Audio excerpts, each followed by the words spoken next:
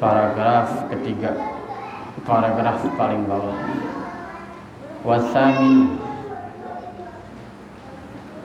Wasaminu ay yuqallil isti'mal. Alhamdulillah wa syukru lillah wa salatu wassalamu ala Rasulillah Muhammad bin Abdullah wa alihi wa sahbihi wa wala. La hawla wa la quwwata illa billah. Alhamdulillah kita ada di penghujung tahun Masehi ya. Emang apa saat kalau penghujung tahun Masehi? Kan itu punya Nasrani. Tahunnya punya orang Nasrani, tapi mataharinya punya Allah. Ingat itu. Jadi biar bagaimanapun, mau tahun baru Islam, mau tahun baru nasional, mau tahun baru Saka, mau tahun baru Jawa, tahun baru apa lagi? Yang paling tua tahun baru Saka ya kan? Udah sampai 5.000 ya. Yang tahun barunya Buddha paling udah sampai 5.000 dia.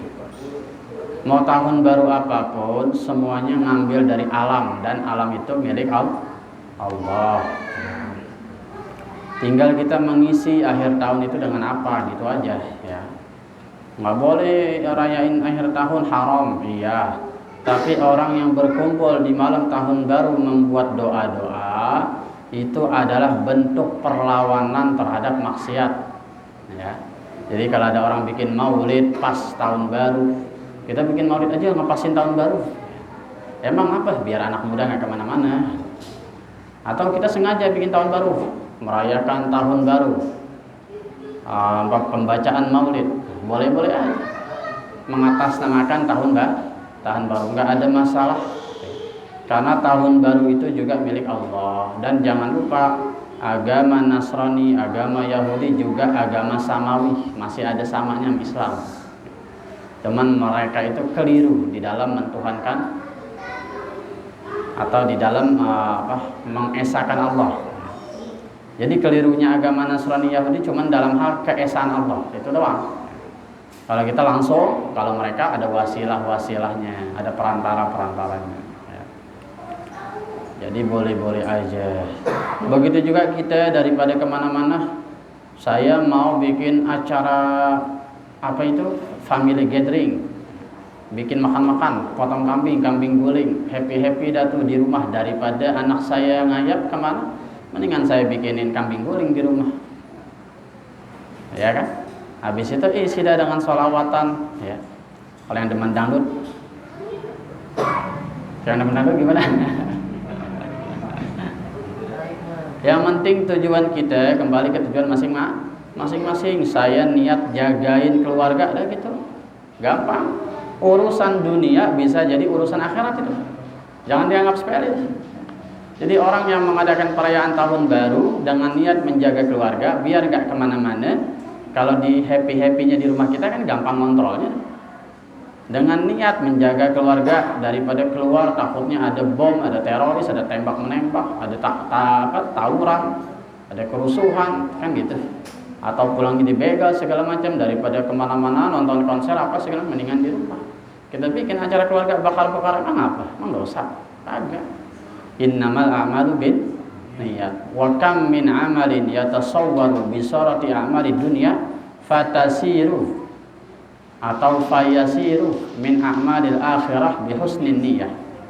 Kelihatannya bentuknya amal dunia, tapi kalau niatnya baik jadi amal akhirat, berpahala. Waduh, aliran sesat nih. Kalau masih doyan dangdut jangan pakai ngomong aliran sesat. Masih doyan dangdut ngomong aliran sesat, sosokan. Iya, ini bid'ah, itu haram. Iya, anaknya ngajakin jalan ke mall lah, mau ngomong apa? Ayah, kita nggak usah ngadain tahun baru, kita jalan-jalan ke mall, sama aja ujung-ujung.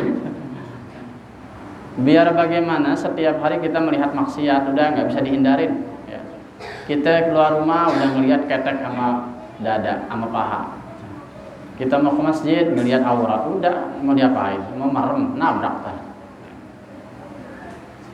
Itu namanya tanda-tanda akhir zaman. Tinggal kita mensucikan diri kita, masuk ke rumah Allah, sholat, istighfar, ucapin alhamdulillah, bersyukur ya.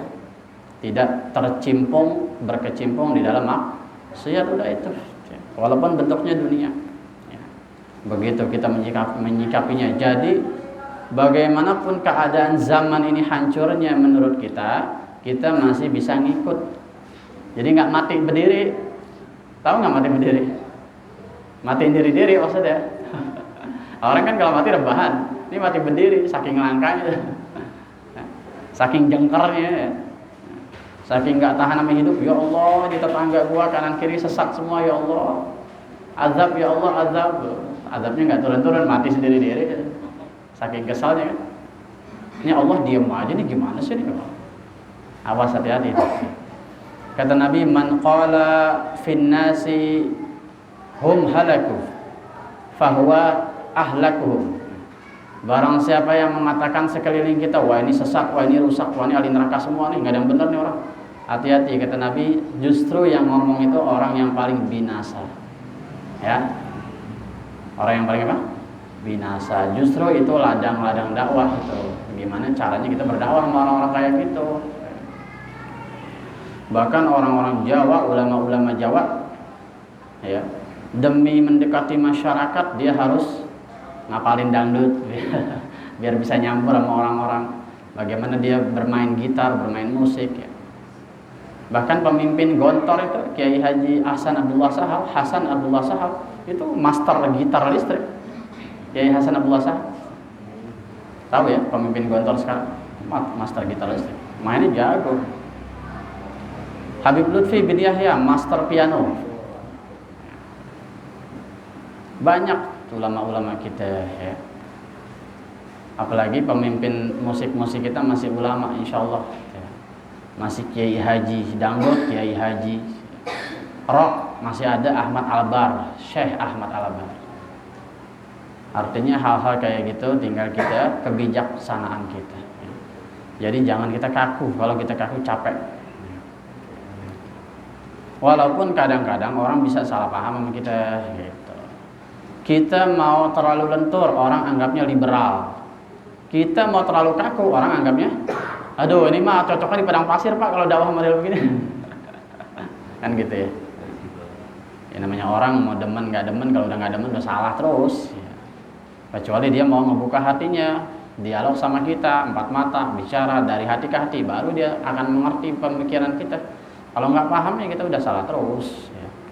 Jadi pentingnya adanya musyawarah, pendekatan. Wasaminu, dan yang ke-8, samin yang ke-8. Kalau samin pakai sa perahu itu ke-8. Kalau samin pakai sin, samin itu minyak samin.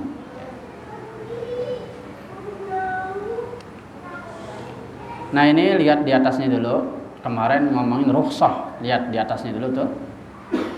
Antukta rukhsahu pakai kha, rukhsahu kama yuhibbu antukta azaimahu. Perhatikan tuh. Ada istilah rukhsah, ada istilah azimah di dalam fikih. Kalau rukhsah itu keringanan. Kalau azimah itu emang keharusan. Salah satunya di dalam bab fikih, di dalam mazhab Syafi'i tentang tayamum. Paling sering tayamum memang, karena memang tayamum ini hal-hal yang paling. Tayamum ini pembahasannya lebar, luas, tapi jarang dipraktekin. Saking jarang praktekinnya, sehingga pembahasannya lebar. Nah, di dalam tayamum itu ada dua pendapat. Ada yang bilang itu rukhsah. Kalau kita biasanya ngomong itu rukhsah, keringanan, ya kan? Karena ketika Nabi dan sahabat mencari air nggak nemu-nemu, itu akhirnya pakai pasir kan, pakai tanah maksudnya, pakai debu. Itu dianggapnya oleh ulama rukhsah, keringanan dari Allah. Ada yang bilang azimah, emang udah harus gitu. Intinya apa saat ini maksudnya? Ya kagak ada intinya, udah itu doang. Jadi ulama itu mengistilahkan ini rukhsah, keringanan. Ada yang dibilang ini harus. Sampai situ titik, nggak ada pembahasan, nggak ada ngaruhnya buat kita. Tapi buat ulama tasawuf ini penting. Nah, ini perhatikan, buat ulama tasawuf ini penting. Dulu ada Syekh Junaid Al-Baghdadi, tahu ya? Syekh Junaid Al-Baghdadi. Ya. Syekh Junaid Al-Baghdadi satu waktu mimpi basah. Nah dia mau mandi ini airnya beku, saking dinginnya beku, dipegang itu kolam jadi es. Ada dihancurin itu es, maksud dia mau pakai air. Begitu diciduk datang setan. Nah, ini wali bisa lihat wujud-wujud begitu. Kata tuh setan begini, lu ribet-ribetin aja udah tahu kalau nggak ada air tayamum ada. Kata Syekh Junaid Al-Baghdadi, lu setan diam aja, saya masih mau usaha. Nah, karena menurut Muhammad Al-Baghdadi itu rukhsah, keringanan saja. Ya, keringanan saja. Berarti kalau masih bisa diusahakan mandi lebih baik mandi. Nah ini dipikir ini bisa nih jadi air diusahain. Begitu diciduk saking dinginnya, begitu guyur pingsan. Tapi bangun lagi masih mandi, pingsan lagi 3 kali. Hebat nggak? Dampaknya di situ. Artinya gini, kalau kita menganggap ini keringanan dari Allah, berarti kita masih bisa usahakan.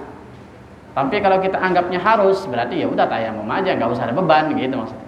Nah, dampaknya itu nanti di perbedaan mazhab yang pernah kita bahas. Kalau Imam Syafi'i menganggap ini rukhsah, keringanan. Buktinya apa? Kalau nggak nemu air di tempat ini, kita harus nyari air di 4 sisi mata angin itu.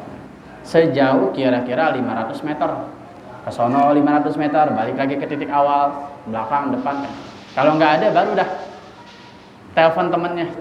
Bro, di itu ada air nggak nih? Ada. Kalau yakin ada, masih bisa diambil pakai motor, ambil, wajib. Tapi kita telepon di Bandung. Di Bandung ini nggak kering nggak? Kagak, banjir aja di Bandung. Nggak wajib, ngapain ke Bandung nyari air? Gitu ya. Itu dalam mazhab Syafi'i. Nah, di dalam mazhab yang lain Abu Hanifah itu namanya azimah, kewajiban. Jadi kalau nggak ada air, udah pakai tayamum, ngapain ribet? Emang udah wajib tayamum, nggak usah pakai usaha lagi. Makanya mazhab Abu Hanifah sah pakai tembok. Nah, kalau kita nggak sah pakai tembok. Kecuali sakitnya sangat ribet, sangat berat, yang terpaksa kita pindah mazhab, ya udah nggak apa-apa. Misalkan bangunnya susah banget, gimana nih? Mana bini lagi pulang dulu lagi, kan gitu kan, kita di rumah sakit nih, nggak ada lagi. Ada kitab nih berdebu, wah kita berdebu nih, pakai aja.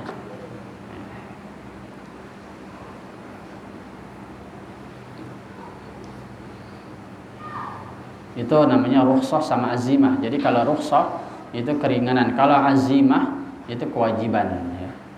Memang udah harus dilakukan, itu bedanya. Wasaminu, dan yang ke-8, ayyuqallilah, hendaklah ia seorang santri, seorang pelajar mensedikitkan isti'malal mata'imi, menggunakan makanan-makanan, menggunakan makanan-makanan atau memakan maksudnya ya. Menggunakan makanan maksudnya memakan. Isti'mal itu bisa artinya memakan, bisa artinya memasak, membuat, pokoknya begitulah. Diambil dari kata amal, berbuat. Jadi hendaklah seorang santri jangan membuat makanan-makanan atau mensedikitkan.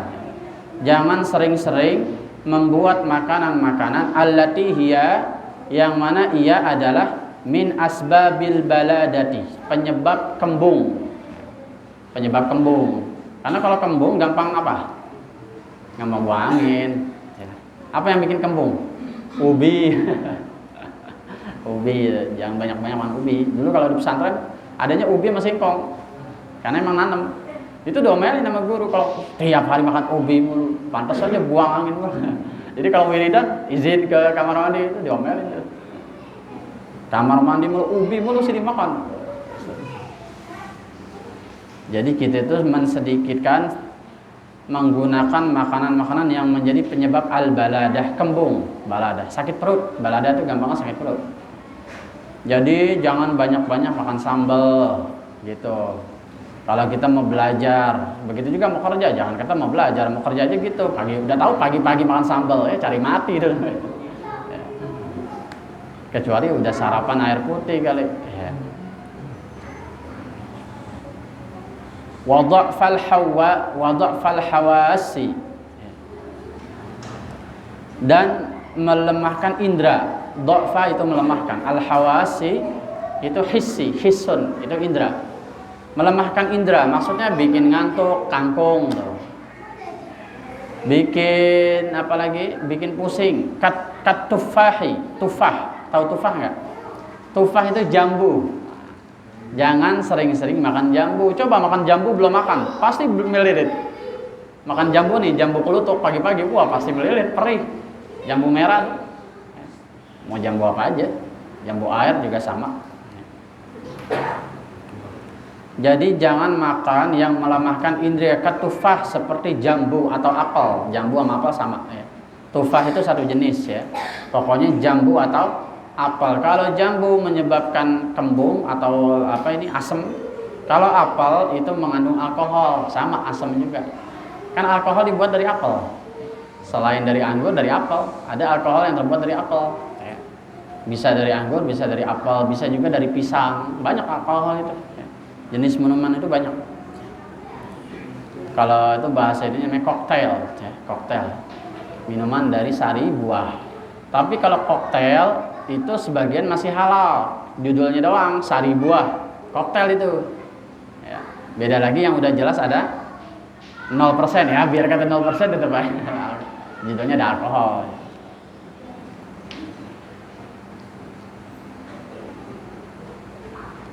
Seperti kalau bulan puasa itu di Mesir ada minuman namanya nabidh.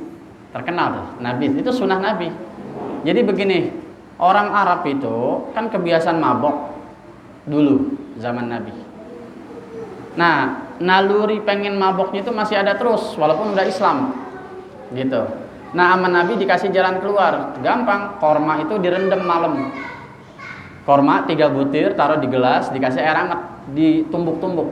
Udah, diemin dah, taruh di atas loteng. Pagi-pagi kan kena embun tuh.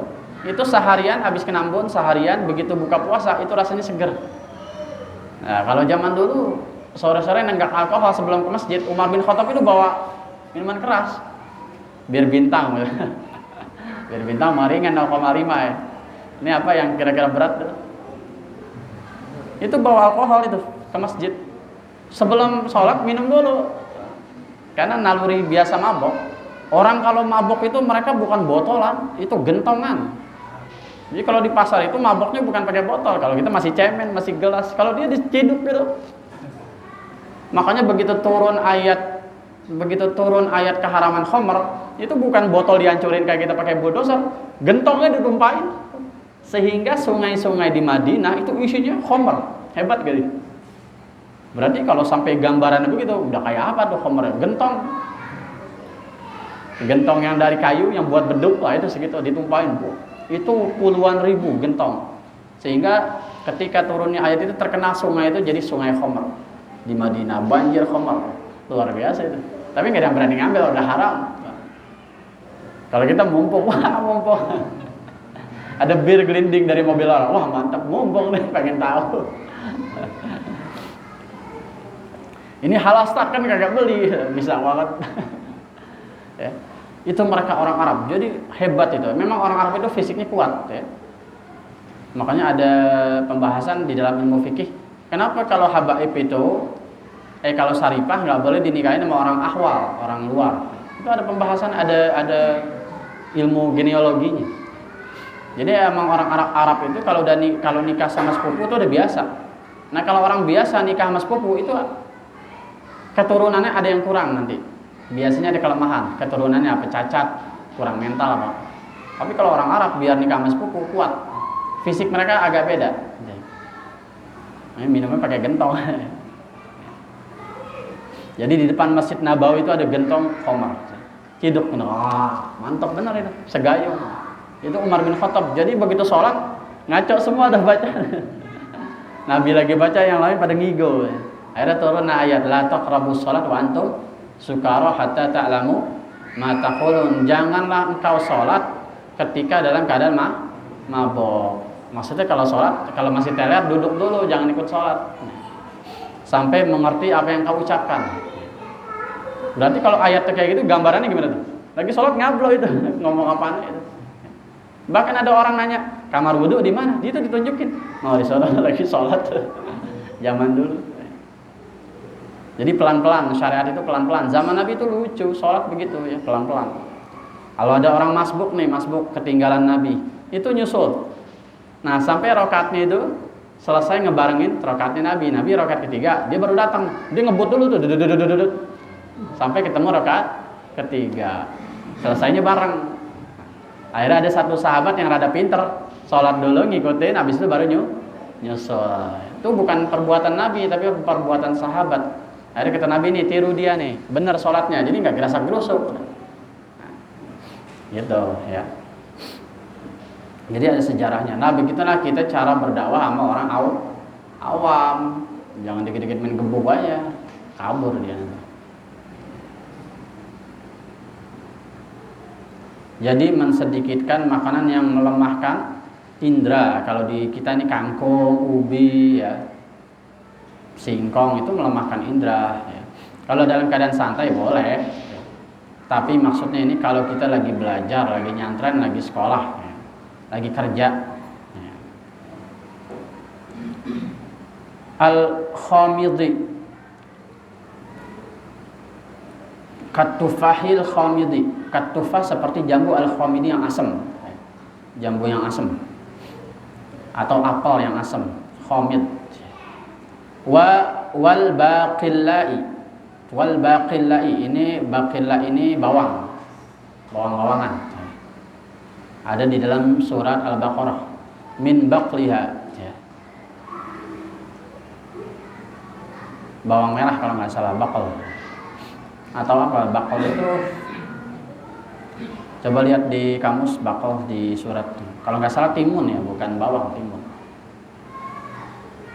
Ya, baqal itu bawang merah ya. Jadi min baqliha wa kisah itu timun. Wa fumiha itu bawang pomek, bawang bombay.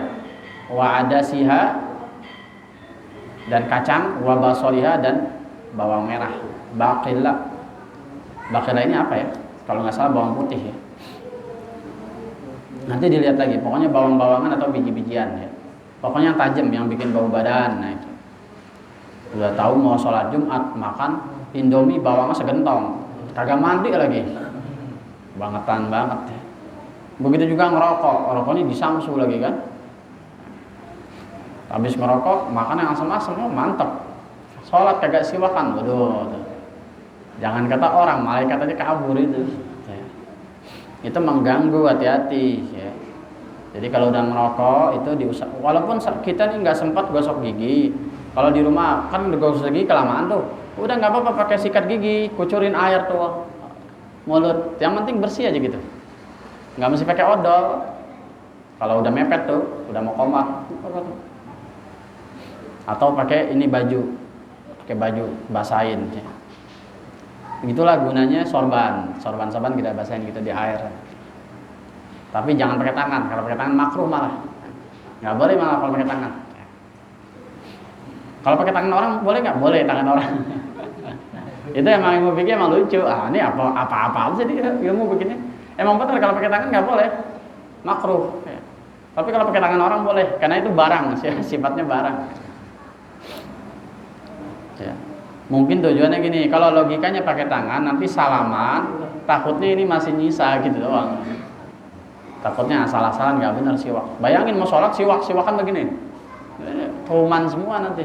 Megang makanan orang kalau yang tahu harus gigi nanti. Maksudnya begitu lah. Kalau pakai baju kan saru. Makanya kalau yang nggak sempat bawa kayu siwak, biasanya ada tuh bahan selampe. Nah itu buat siwak. Yang nggak boleh pakai tangan nggak boleh.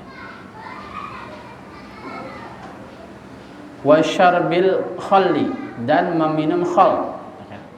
Meminum al-khal ya, sama ini al-khal sama zat-zat yang asam ya.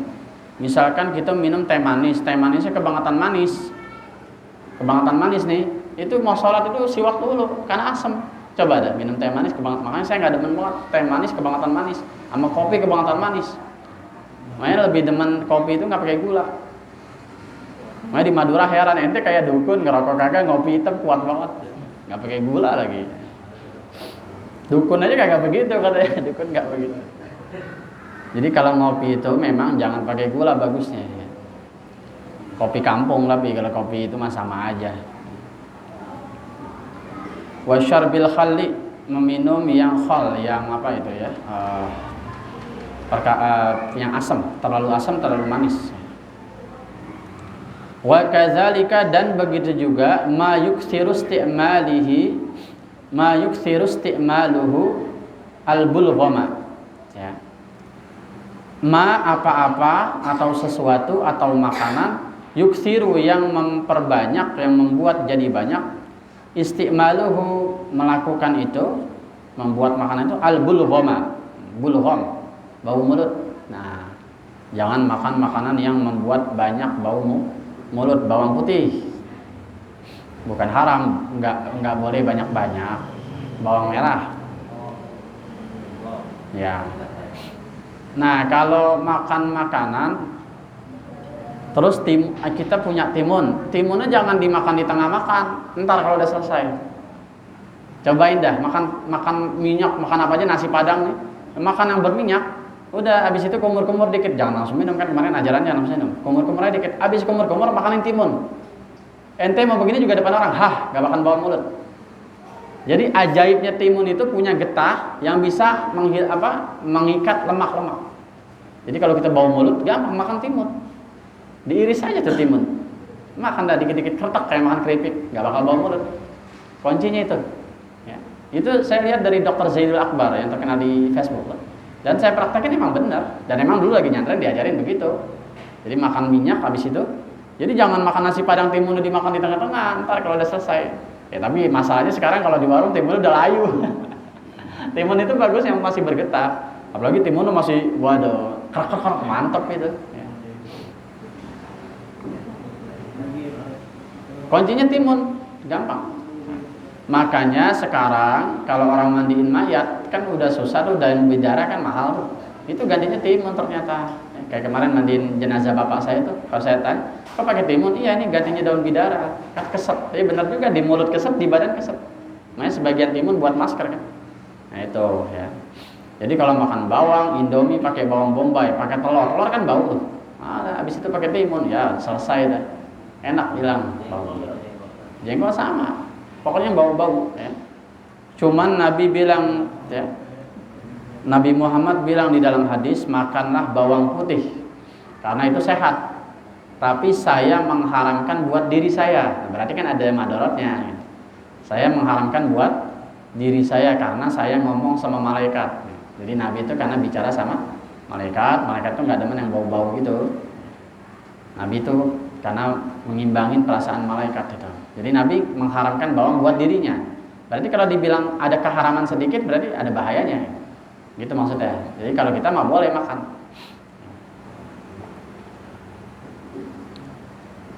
Dan pendapat ulama kalau bawangnya direbus, dimasak jadi nggak makruh karena udah hilang zatnya. Tapi tetap yang paling bagus tetap mentah, yang nggak dimasak. Makanya kalau makan mie saya tuh bawangnya nggak pernah dimasak. Ditaruhnya di piring, bukan direbus. Enak tuh, kotok mantep. Insya Allah jauh dari kuntilanak. Kalau makan mie malam-malam takut deh.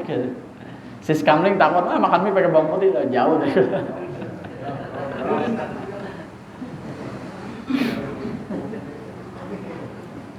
Memang benar ya. Jadi roh-roh itu takut sama bau-bau begitu. Nah, malaikat, kuntil sama takut.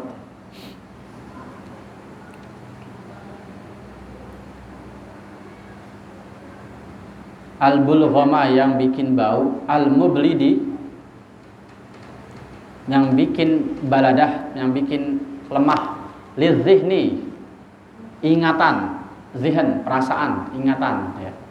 Jadi jangan makan sesuatu yang bulgham, yang bau, yang berlemak, banyak minyaknya. Pokoknya bulgham itu lebar mananya.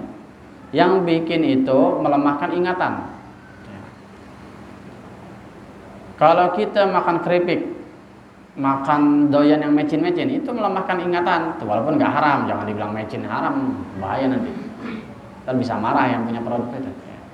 Jadi kalau kita lagi mau ngapal itu, jangan sambil makan keripik, itu melemahkan. Kenapa? Karena kalau makan keripik, biasanya pilek, bersin, dikit-dikit pilek, dikit-dikit kamar mandi, dikit-dikit main tisu. Kapan ngapalinnya? Meler mulu. Coba kalau meler, gak bakal enak, sholat aja nggak enak, ya kan?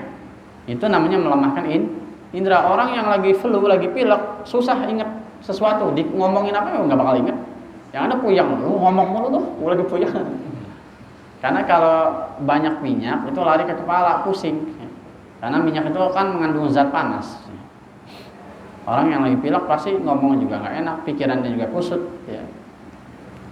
Wal muthqil lil badan, dan yang memberatkan badan, jangan makan besi.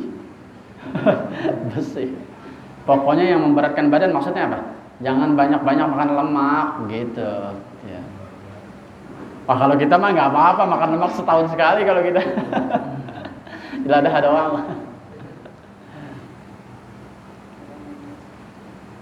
Kakasratil albani, seperti banyak-banyak minum susu. Nah ini kita nih kejebak sama orang Yahudi sama orang Amerika, dibohongin minum susu tiap hari. Minum susu nggak usah tiap hari. Kalau kita lagi punya minum susu, tapi kalau kagak ada jangan pusing, jangan nyari-nyari. Wah susu habis nih. Jangan ikut-ikut selebritis gitu, persediaan setiap sebulan belanja 100 juta, 10 juta. Sehingga orang-orang modern itu hidupnya tersiksa kayak gitu. Sampai bikin list kebutuhan bulanan, bayangin coba. Jangan sampai stok di dapur habis. Kalau habis stres dia. Nah itu susu, apalagi rokok stres, wah lebih sesat lagi. Gak punya rokok puyeng, gitu lebih sesat dari orang yang gak punya susu. Kena lo. Maksudnya gini, kalau punya susu kita minum tiap hari, tapi ketika nggak ada, jangan jadi pusing gara-gara nggak punya susu gitu. Ya. Jadi jangan banyak-banyak minum susu. Sayyidina Ali itu demikian mengatur susu itu seminggu 2 kali, hari Senin sama hari Kamis, ya. Atau hari Jumat makan daging, hari Selasa udah cukup. Kita daging tiap hari, kita pikirin daging, ayam tiap hari. Ya.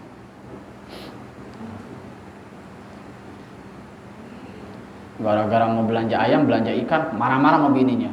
Belanja yang betul loh, suruh makan ikan sama menteri gitu. Tiap hari suruh, mau dibohongin bego itu. Nggak percaya nih, wassamaki, dan ikan.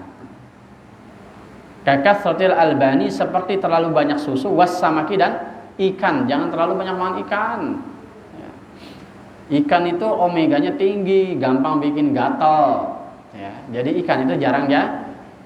Jadi benar kata Nabi, orang yang fakir itu hidupnya lebih sehat daripada orang yang kaya.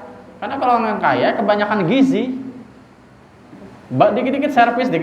Coba lihat mobil BMW. Mobil BMW kehujanan aja diderek. Mobil BMW kehujanan. Coba Avanza. Wah, lewatin apa itu? Lumpur juga oke-oke aja, karena mobil murahan bodo amat, mau rusak juga. Ya. Ibarat mobil bagus di jalanan pasti lambat, masuk gang sempit kita sampai gregetan yang ada di belakang, ini orang takut banget baret. Coba Metro Mini, ya. Kalau udah sampai baru nengok dia kanan kiri, ada yang baret emang enggak. Kalau mobil bagus dikit-dikit nengok. Nah itu, jadi jangan terlalu terbelenggu, harus minum susu, harus makan ikan, jarang-jarang aja, sesekali aja. Wa ashbahu zalika. Dan apa-apa yang serupa dengan itu, ya. Pokoknya makan ikan tuh omega, telur juga omega. Yang bikin gatal tuh jangan sering-sering, apalagi kalau lagi gatal, jangan sering-sering makan ikan sama telur. Kalau kita lagi gatal. Wa yanbaghi ay yajtaniba wallahu alam bissawab. Ada yang mau nanya? Ya. Mau nanya nih.